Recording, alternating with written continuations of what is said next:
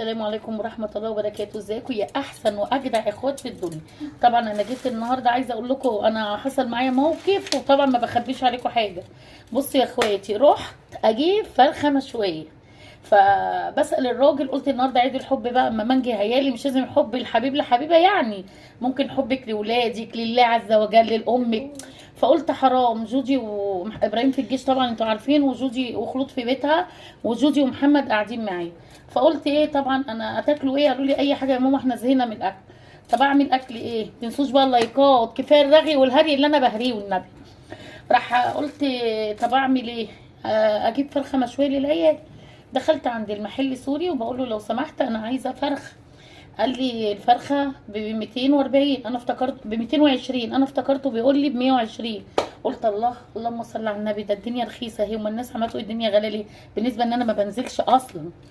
فدخل بيعمل الفرخه وبيعملها، وبعدين بحاسب بديله 200 جنيه عشان يديني ال 80 جنيه ولا الباقي. لقيته وطلبت عيش ب 10 جنيه ب 9 جنيه لكيس العيش، لقيته بيقول لي ده كده الحساب 230. قلت له كام؟ قال لي 230. قلت له طب ممكن تديني الفلوس وانا هبعت لك ابني هو اللي يختار، عشان مش عارفه هم كانوا طالبين ايه بالظبط. رحت واخده بعضي وماشيه بمنتهى الادب. رحت مفكره بقى، قلت طب انا معايا 500 جنيه، اروح اجيب فرخه مشويه ب 240، طب وعيالي هيقضي النهارده، طب وبكره، طب هعمل ايه؟ فرحت جايبه نص كيلو بانيه قطعته شاورما عند الراجل ب 85 جنيه، وجبت دبابيس. طبعا يا جماعه انا دلوقتي هحط التتبيله بتاعت الشاورما. طبعا هحط الزباديه، هي اول حاجه احطها. بسم الله الرحمن الرحيم. احطي معلقه خلاص. وهنا دي بصلايه مبشوره، دي الميه بتاعتها. انا خدت الميه بتاعت البصل صفيتها وخدتها نص كوبايه صغيره كده او فنجان صغير. ودي كوبايه خل.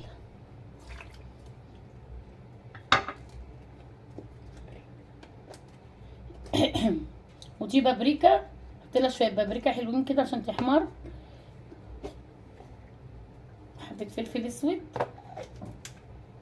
طبعا هنزل بالشاورما عليها. انا هاخد نص الكيس، ونص الكيس احطه عند اللهم صل على النبي، عند ما اجي اعملها. بصوا هنزل بنص الكيس كده عليها.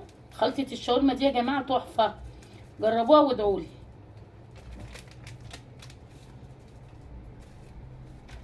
هربها جامد كده قوي قبل ما انزل بالتوابل، قبل ما انزل بالبانيه. هربها جامد قوي كده واروح نازله بالبانيه. بصوا، وعندي شويه لبن بخير، وحطي عندك يعني قد فنجان صغير، حطي مع الزباديه بيديله طعم جميل. هو بيديله طراوه كده، بيبقى في منتهى الجمال. هنا دقيت فصين توم ورميتهم في قلبيها. جربوا طريقه الشاورما دي، خلود اللي قايله لي عليها على فكره، وانا كنت بعملها بطريقه ثانيه، هي اللي قالت لي على الطريقه دي وجربتها لقيتها جميله، عشان كده قلت اعملها لكم. بصوا انا لحد دلوقتي ما حطيتش ملح.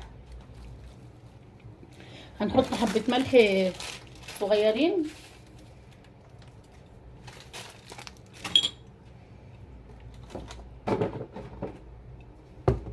وانا بحب احط ندعه سكر كده سنه عن الرسول في اي حاجه، عليه افضل الصلاه والسلام. بصوا يا جماعه، وهتنزلي كده بالبانيه. طبعا هنزل كده بالبانيه، انا غسلاه حلو ومصفياه. بسم الله الرحمن الرحيم.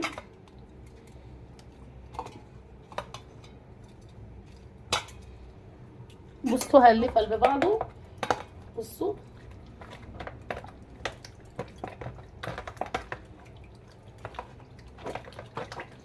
هسيبه كده ساعتين في التلاجة وارجع لكم تاني. هغطيه بس كده واسيبه ساعتين في التلاجة وارجع لكم تاني. تمام. واروح مغطيه كده وشايلها في التلاجة لحد ما ايه، ما اخلص ارجع تاني بيه. بحمر البطاطس اهو. خلاص البطاطس قربت تتحمر اهي، واطلعها وابتدي اعمل لكم بقى الشاورما بعد ما احمر البطاطس. بس قلت احمر البطاطس واخلصها. هاتي كده.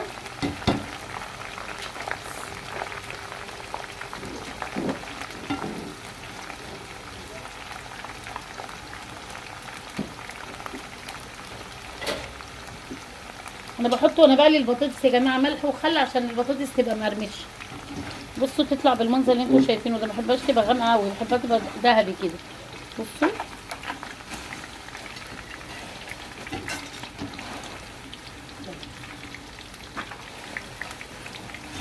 تطلع زي مقليه زي البقلاوه كده.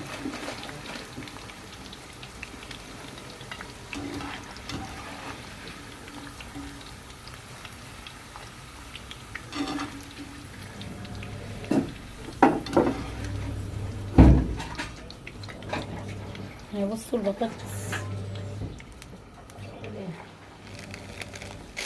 الطحينه هنا جبت دول ب10 جنيه. بصوا حبه قد ايه ب10 جنيه. فطبعا انا دلوقتي هعمل بيها حبه الطحينه اللي هنعملهم النهارده. بس عايزه اقول لكم بقى باذن الله باذن الله انا هعمل لكم طحينه في القناه وهصورها معاكم. طبعا انا حطيت شويه الطحينه الندعه بتاع 10 جنيه. هي بصوا الكيلو بقى ب120 جنيه. بصوا هنزل كده بنص كوبايه خل، يعني نص فنجان قصدي، مش نص كوبايه. وهنزل كده الاول احط شويه الشطه مش كتار عشان بس بتديها طعم. هحط شويه الملح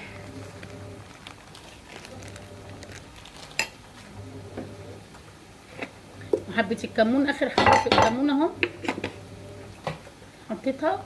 وهنزل اقلبها الاول قبل ما احط الميه. ثواني كده يا جماعه. اللهم صل وسلم وبارك عليك يا رسول الله. بصوا يا جماعه افضل اقلب فيها كده جامد. الطحينه بتاعت زمان دول مش حلوه زي الطحينه بتاعتنا بتاعت زمان. فاكره بتاعت زمان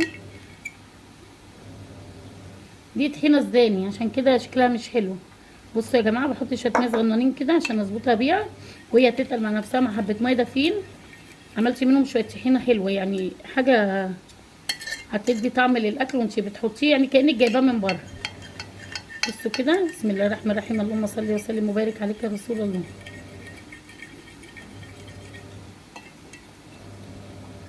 اما تبرد بقى دلوقتي هتبصوا تلاقيها تقلت عن كده. هروح بقى اعمل الشاورما معاكم وارجع لكم. بصوا انا سبته ارتاح شويه طبعا. ودلوقتي هطلعه هون.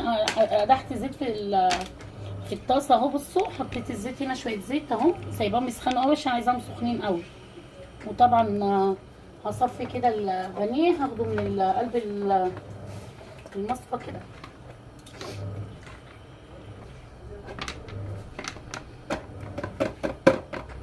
بصوا البانيه انا خدته كده خلصته كده وانضفته فيه. لازم الطاسه تبقى سخنه قوي عشان انزل بالبانيه. التصفيه باخد الاول الصوص بتاعه ده في الاخر.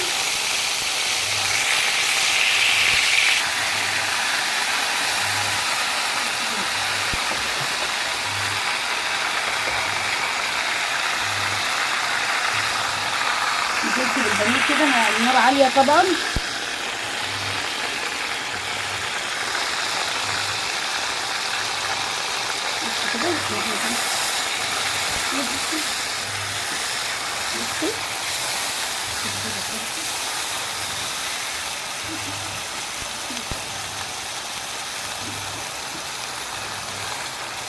النار كده عاليه عليه. بصوا مش هوطي عليه عشان يشرب كده. لما خلاص بقى ينشف خالص يعني بسيبه لما ينشف خالص من الصوص بتاعه خالص عشان يكون استوى. وبعد كده بروح نازله عليه بالبصل كده سايبينه بيستوي في قلب بعض. بصوا لحد كده خلاص انا عملت يعتبر زي الشاورما السوري كده. احنا بقى بنضيف لها اضافات ثانيه عشان طبعا احنا انتوا عارفين الحياه غاليه والدنيا غاليه. فانا دلوقتي بصوا هي جابت كده زي ما اكون نزلت زيت من جواها. التتبيله بتاعتها وكله من البانيه نشف اهو. فهنزل بقى بصوا بالبصله كده. بسم الله الرحمن الرحيم. مقطعه 3 بصلات انا طرنشات عشان تكفي. ما بسم الله ما شاء الله يعني. بصوا عشان لو انت عندك اطفال عندك ناس تعرفوا تاكلوا يعني.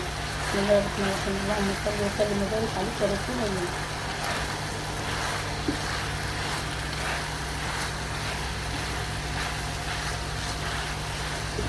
انا معليه النار ما وطيتهاش على فكره.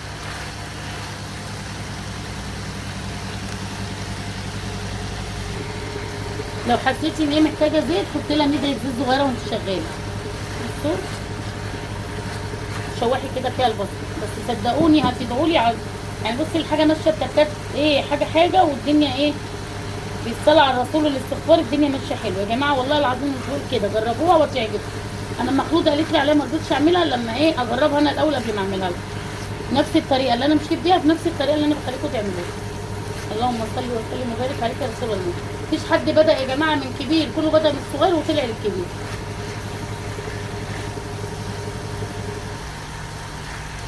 شوح كده في قلبها الفلفل البصل بس شويه وارجع لكم تاني. كده بقى احط انا الفلفل عشان برضك الفلفل ومع التتبيله هياخد وقت شويه. بصوا بسم الله الرحمن الرحيم قطعت قرنين كبار فلفل احمر،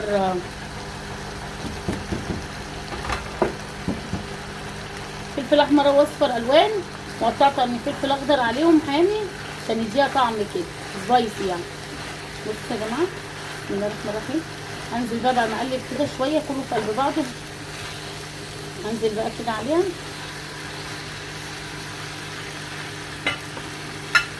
هنزل بشويه بابريكا كده عليها تاني عشان تحمر، وهنزل بقيه الكيس اللي انا قلت لكم عليه هنزل بيه كله اهو. شاورما دي يا جماعه تحفه.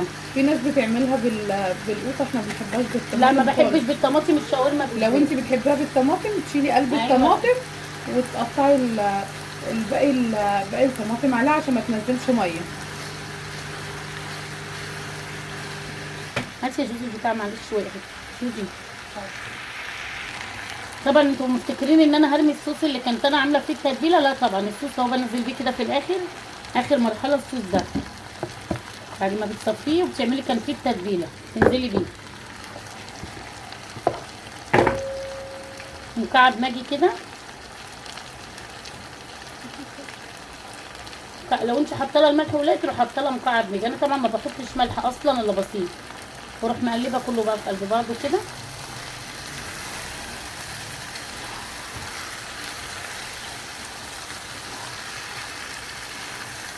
وهوطي عليها النار بقى كده واسيبها بقى تتشرب كلها في قلب بعضها، لاني هنزل بالفين وهوريكم اعمل ايه. بس وهي بتتشرب كده تاخد بس تسوي كلها في قلب بعضها الفلفل والبصل وكله. طريقه جميله يا جماعه والله العظيم وسهله، والريحه بقى مش عايزه اقول لكم الريحه والطعم. باذن الله هتعمل قناه قريب عشان كلكم تتابعوها فيها.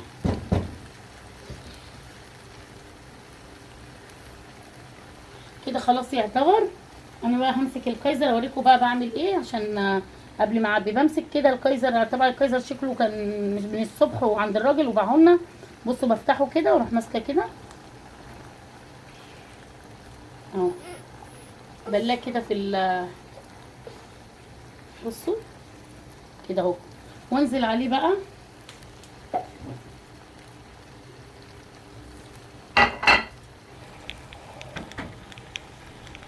بنزل عليه كده. ممكن كده استنى عشان ما بصوا وممكن كمان تعوصي، لان انا بعد كده مش هعوصها كلها، انا هعوص اللي تحت بس. بصوا بروح حاطه طحينه كده كده. باخر حاجه بقى مرحله بروح حاطه لها حبه ايه خضره كده، بروح مقلبها في قلبها كده قبل ما اعبي الرغيف، واروح سايباها دقيقتين بس على النار كلها في قلب بعضها كده، واروح معبيها في الايه في الرغيفه اللي انا عملتها. بصوا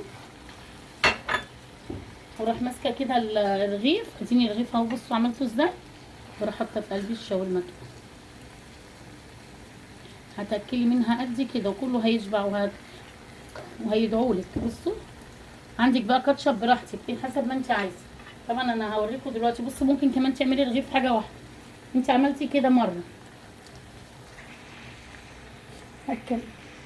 كده انا طفيت عليها خلاص. وانا بعدين بحط الخضره في الاخر عشان تحافظ على الخضار بتاعها وفايدتها ما تروحش. بصوا هسقي بس الحته اللي من تحت مش من اللي فوق، هسيب بقى اللي فوق وهسقي اللي من تحت كده، وهنزل بالطحينه بردك.